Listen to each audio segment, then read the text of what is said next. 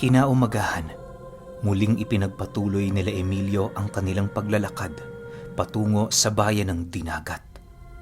Kahit wala silang kaide-ideya sa lugar na kanilang tinatahak, kahit papaano'y hindi sila nababahala sa kadahilanang kaya nilang magtanong sa mga engkanto anumang oras nila naisin ito. Nang madapo na sila sa isang kagubatang medyo masukal ang daan, napansin nilang hindi pa ito gaanong nadadaanan ng tao. Bagaman ordinaryong gubat lamang kung titingnan ito, ramdam na ramdam nila ang buhay na nanggagaling sa lugar na yon. "Kuya, bakit kaya ganito ang presensya ng gubat na ito? Pakiramdam ko, humihinga ang kalikasan." Nagtatakang tanong ni Upal. Nang marinig ito ng kanyang nakatatandang kapatid, agad naman itong hinubad ang kanyang tsinelas at dali-daling umupo kung saan sila tumigil. Ilang minuto pa ang lumipas, napagpasyahan nilang pumikit habang patuloy na nananalangin sa Diyos at sa kanilang gabay. Naghahanap sila noon ng kaliwanagan sa kanilang isipan nang sa gayoy mas maging klaro pa sa kanila ang mga bagay na nais nilang gawin habang sila'y malakas pa. Kinahapunan, agad namang tumayo sila Emilio upang ipagpatuloy ang kanilang paglalakbay. Bale, napagpasya nilang maghanap ng isang maliit na lawa nang sa gayoy magawa nilang makaligo upang hindi manuot sa kanilang mga balat ang sangsang ng amoy ng kanilang katawan. Sa pagpapatuloy ng kanilang pag-iikot sa paligid, naramdaman naman ni Upal ang pagiging malapit nila sa lawa.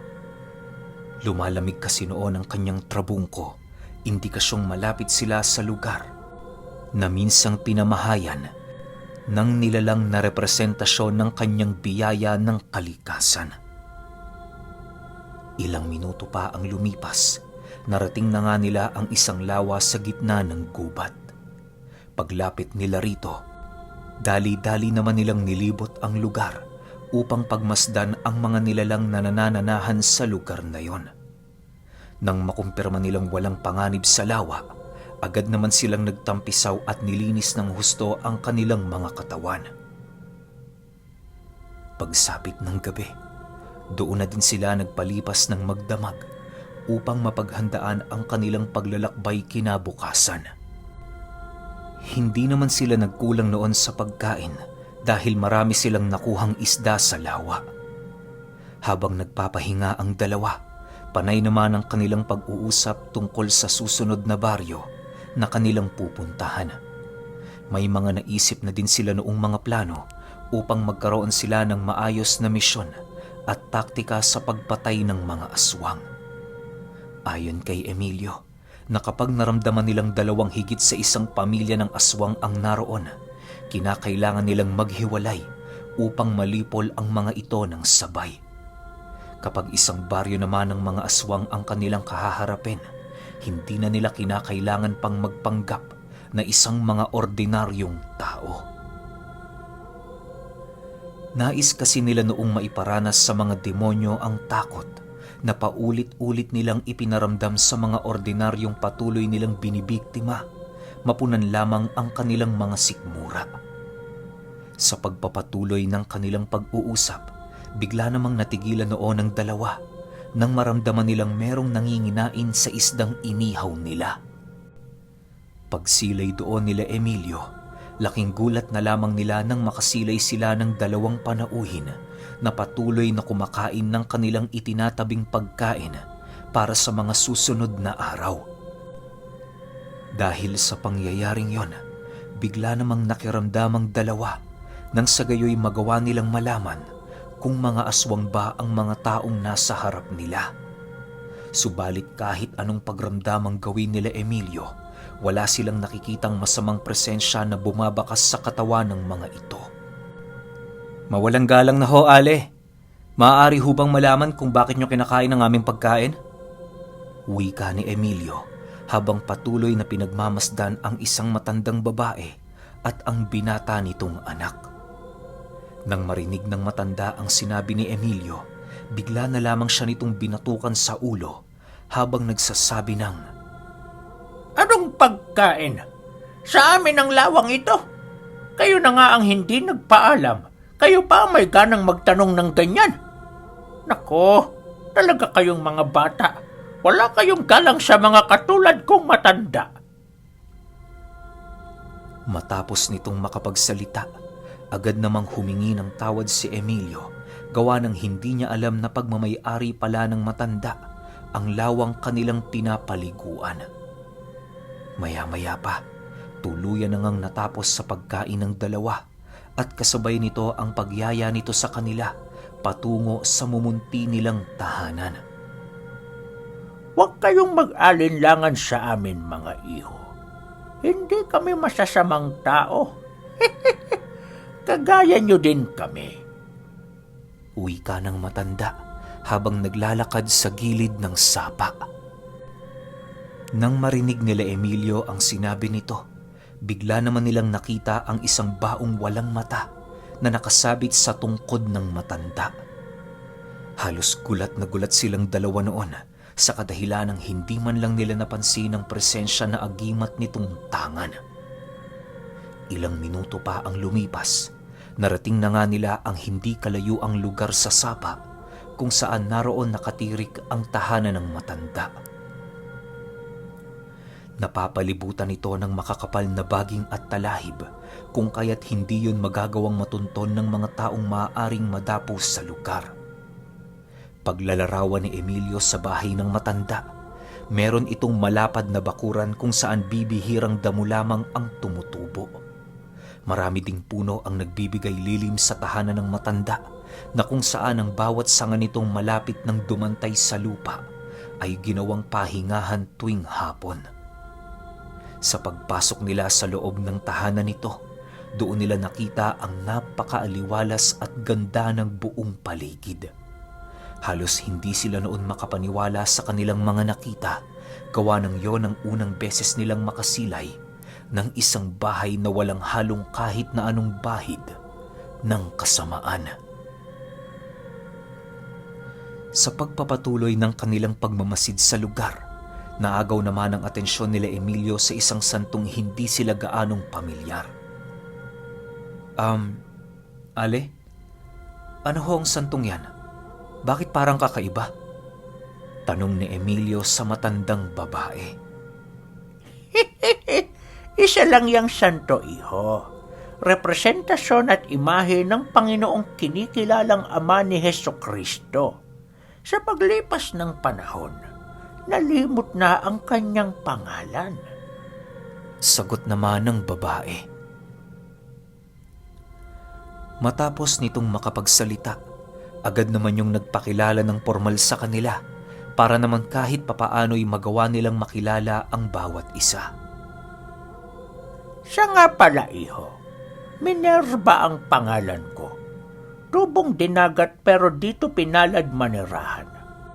Matagal na akong biyuda at kami na lang nitong aking anak ang nagsasama.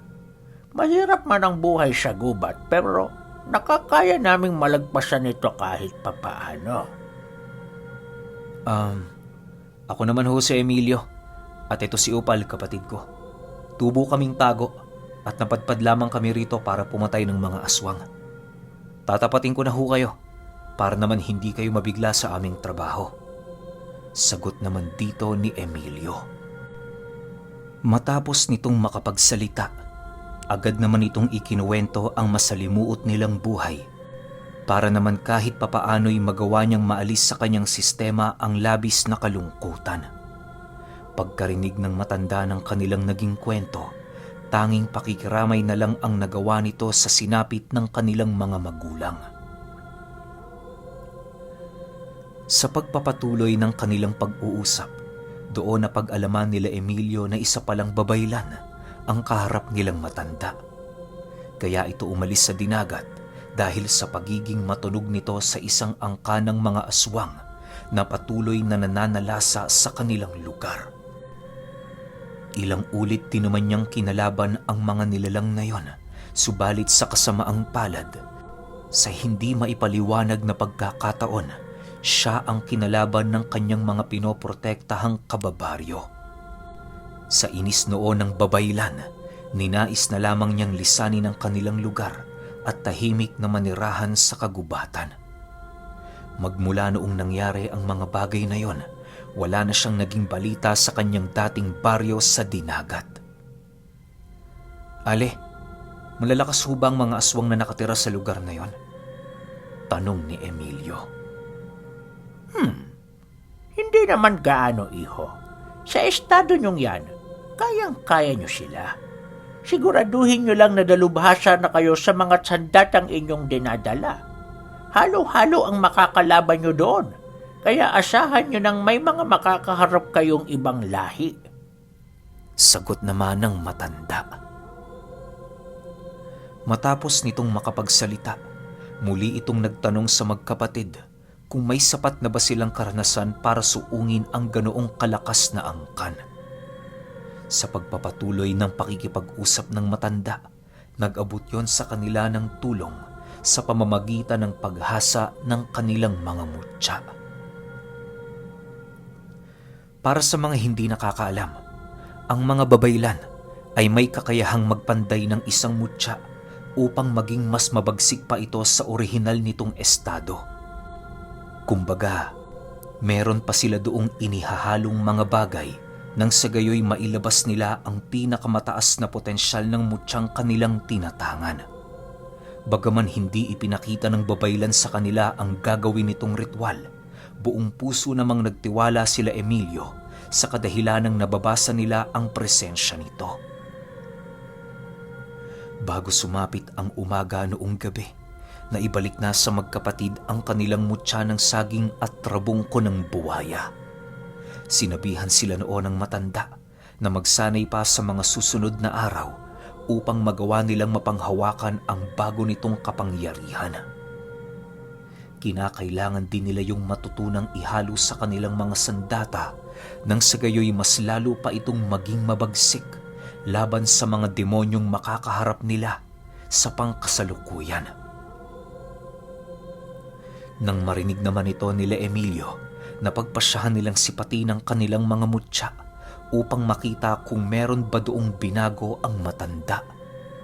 Pagsilay nila sa kabuuan nito, laking gulat na lamang nila nang makita nila itong ordinaryo. Bagaman nagtataka silang magkapatid sa ginawa ng babaylan, napagpasyahan na lamang nilang wag nang magtanong upang makapagpahinga na sila ng tuluyan. Kinaumagahan, matapos tumulong nila Emilio sa gawaing bahay ng babaylan, agad din naman sila ditong nagpaalam upang maipagpatuloy na ang kanilang paglalakbay. Nang akmang aalis na sila sa tahanan nito, nagpresenta ang matandang babae na isama nila ang kanyang anak para naman kahit papaano'y hindi sila maligaw sa lugar. Bago sila tuluyang umalis sa tahanan ng matanda, labis-labis naman ang kanilang pagpapasalamat dahil sa kabutihan nitong ipinakita sa kanila. Sa pagpapatuloy ng kanilang paglalakbay, masaya naman nilang kinausap ang binata nang sa gayoy hindi yun mailang sa kanilang dalawa. Ilang oras pa ang lumipas, narating na nga nila ang panglimang bundok kung saan natatanaw na mula roon ang baryo di kalayuan sa Dinagat. Ginoong Emilio, hanggang dito na lang ho ako. Diretsuhin niyo lang itong daan at siguradong mararating niyo sa dulo nito ang baryo. Mag-iingat kayo at naway gabayan kayo ng Panginoon. Wika ng binata. Sige, maraming salamat Mag-iingat kayo ng inyong ina. Huwag mo siyang pababayaan. Pakisabi na rin na bago kami bumalik ng Tago, dadaan kami sa inyo. Ilang minuto pa ang lumipas, muli nilang ipinagpatuloy ang kanilang paglalakbay patungong baryo. Nang marating na nila ang bukana nito, dahan-dahan naman silang pumasok habang nananatiling alerto. Ang lagaraw noon nila Emilio, isinukbit na nila sa kanilang mga bewang nang sa gayoy madali nila itong mahugot kung sakali mang kinakailangan. Sa pagpapatuloy ng kanilang paglalakad sa lugar, doon nila nakita ang iilang mga tao na abala sa kanilang mga isdang inilalako. May mga nasisipat din sila noong batang kakauwi lang galing paaralan kasama ng kanilang mga magulang. Bagaman isang ordinaryong pamayanan kung titingnan ng lugar, hindi pa rin sila nakakasiguro dahil mariin sa kanilang inihabili ng babaylan na ang bawat baryong kanilang madaraanan ay paniguradong pinagpupugaran ng mga aswang. Maya-maya pa, bigla namang nakasilay sila Emilio ng isang lalaki na seryosong pinagmamasdan ang kanilang ginagawa. Pagsilay nilang hindi ito gumagalaw sa ilalim ng isang puno, agad naman nila yung nilapitan ng walang pag-aalinlangan. Habang dahan-dahan sila noong naglalakad, pansin na pansin naman nila ang marahang pag-atras ng lalaki.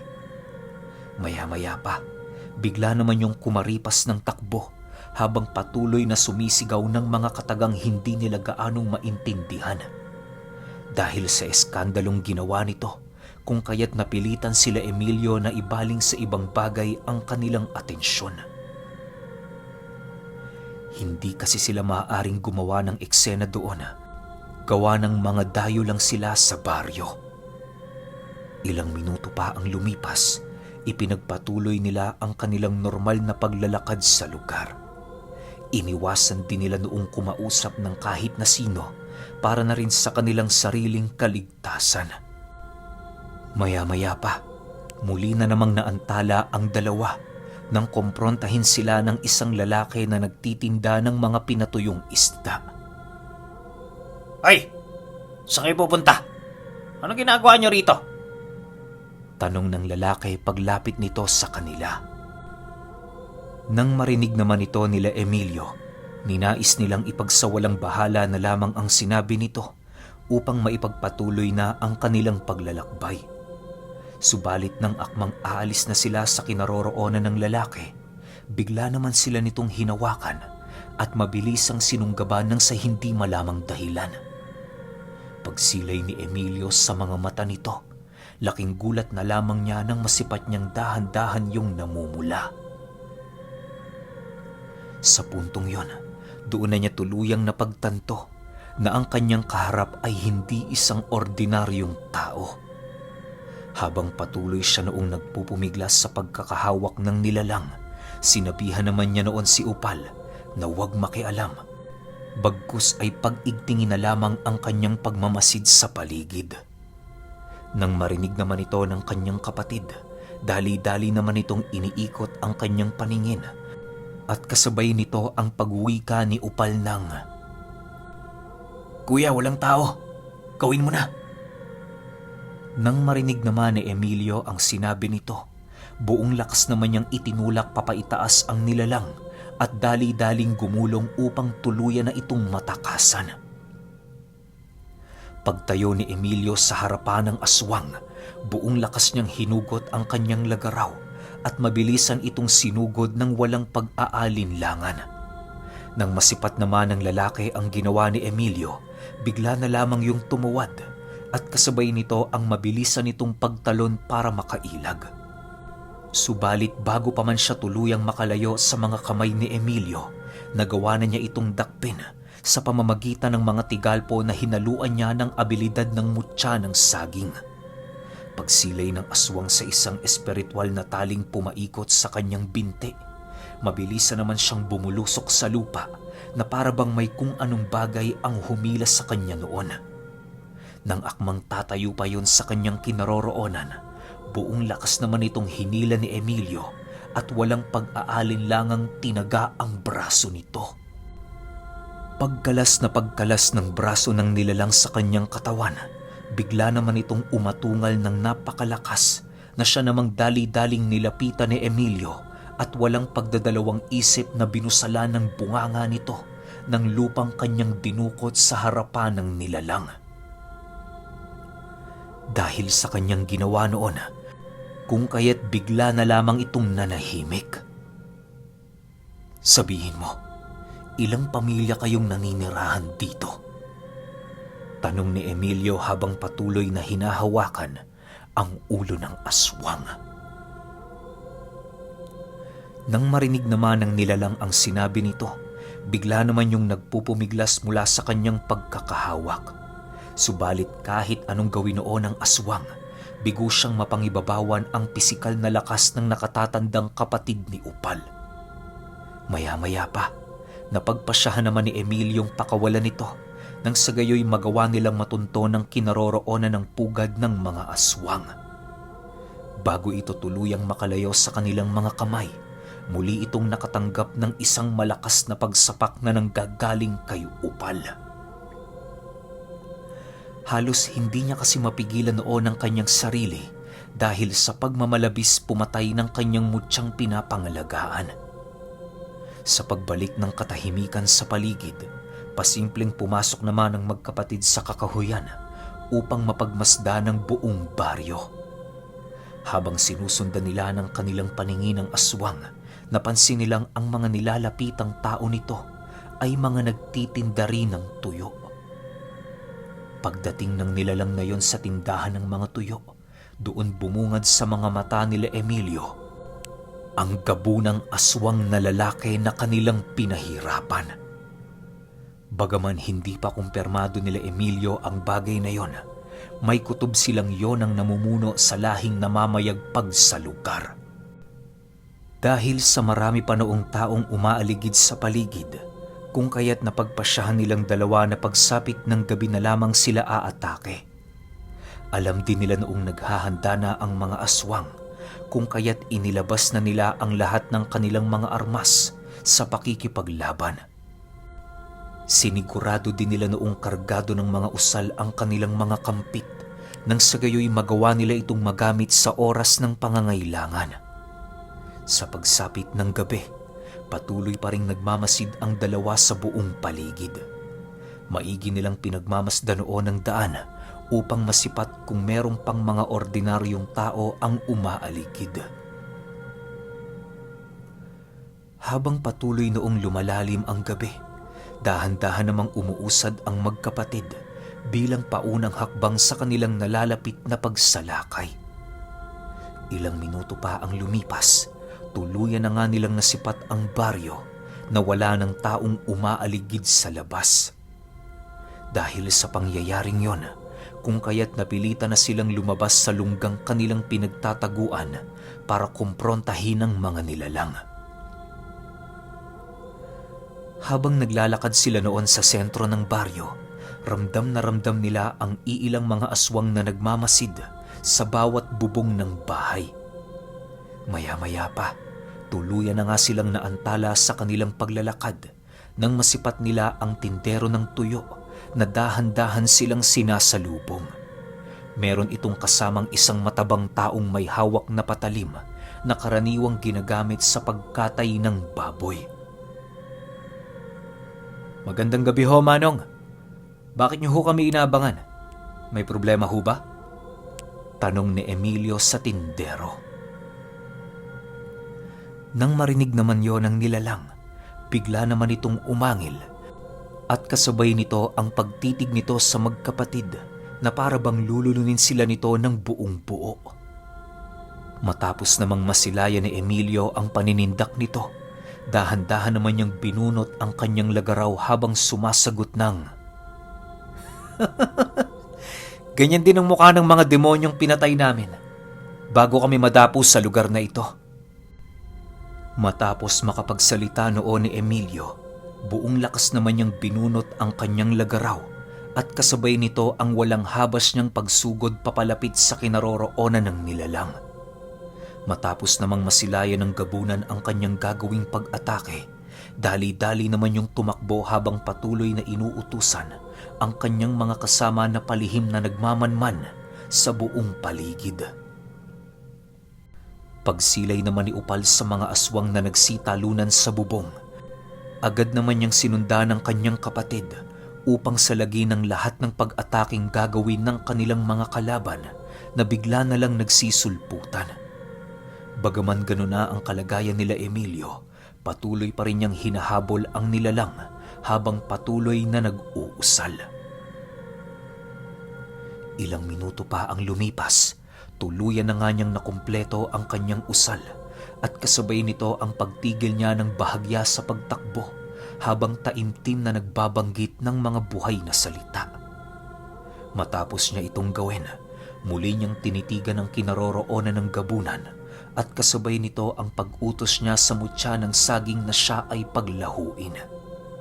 Maya-maya pa, bigla na lamang naglaho si Emilio sa kanyang kinaroroonan na halos kisap mata lang din naman ang naging pagitan nang bigla itong lumitaw sa unahang bahagi ng nilalang na kanyang sinusundan. Pagbalik niya ng kanyang lagaraw sa sisidlan, bigla na lamang napaluhod ang aswang sa kanyang kinatatayuan nang maramdaman niyang kumalas sa kanyang katawan ng kanyang kanang binti. Dahil sa pangyayaring yon, agad namang sumugod ang isa pa nitong kasama sa pagbabakasakaling magagawa niyang makitila ng buhay si Emilio. Subalit kagaya ng kanyang kasama, sumapit din siya ng isang kalunos-lunos na pagkatalo.